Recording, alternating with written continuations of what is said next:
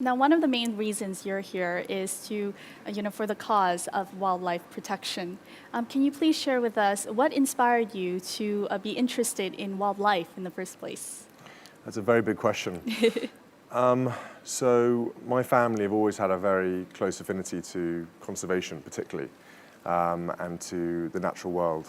My grandfather was president of WWF for many years, and my father was heavily involved in climate change long before it was fashionable.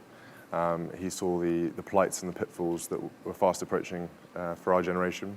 I've always listened and learnt from them and other very key people in my life who have steered me or shown me the importance of the natural world and the environment and conservation. So although I had it in me from a very young age, there's been a lot of encouragement, and sort of generally when it's all around you, as many people will know from a family business point of view, when it's all around you, you do tend to be more interested, and it sort of develops over time. Do you remember your first kind of real-life encounter with wildlife?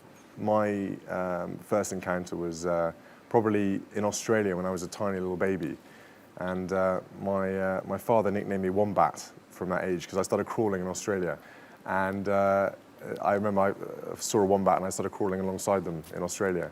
So that's where that sort of developed from. That's my earliest, not my earliest memory, but the sort of closest connection with wildlife from then. But my biggest, most fundamental point was spending time in Kenya. Yes. After school, I went to Kenya and I spent a time learning and understanding and working on a conservation or conservancy there. And we did things, mundane things like building fire breaks so that the wildfires didn't take over in the dry season. We built hides for people to go and watch the wildlife. Yes. And when you've got 30 local Africans who don't speak any English, and you're trying to use the best bit of Swahili or local language you can. Body language. Yeah, a lot of body language, a lot of pointing. Yes. And you're trying to build these huge inflatable hides that sink in the dam, and you've got the old crocodile lurking around. It sort of tends to focus the mind quite a bit.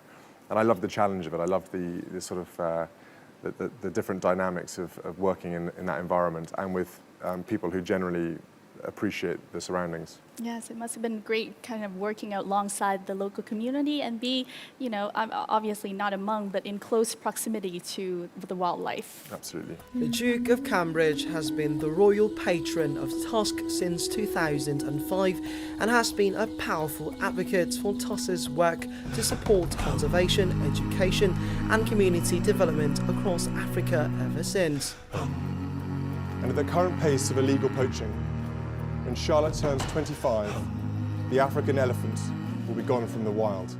I'm not prepared to be part of a generation that lets these iconic species disappear from the wild. I'm not prepared to explain to our children why we lost this battle when we had the tools to win it.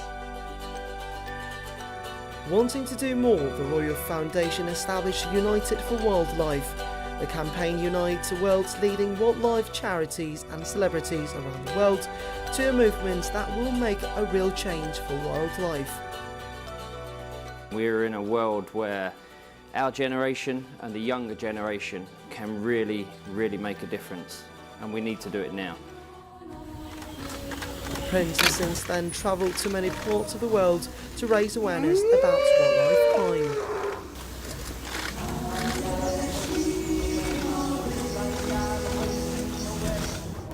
Earlier this year, the declaration of the United for Wildlife International Task Force on the transportation of illegal wildlife products was signed by 40 senior representatives from across the transportation sector, including leaders of airlines, shipping firms and custom operators.